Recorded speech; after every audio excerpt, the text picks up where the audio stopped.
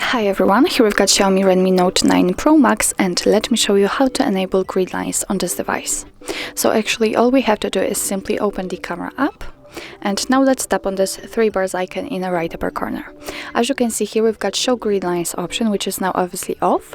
In order to turn it on, just tap on it, and since it is highlighted, the Gridlines are applied to our camera.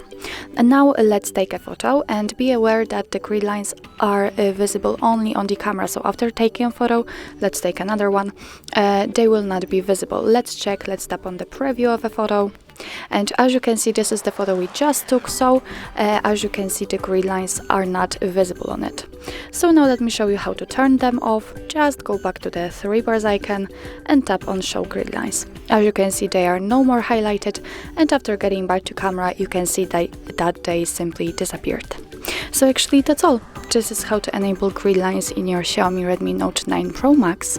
Thank you so much for watching. I hope that this video was helpful, and if it was, please hit the subscribe button and leave the thumbs up.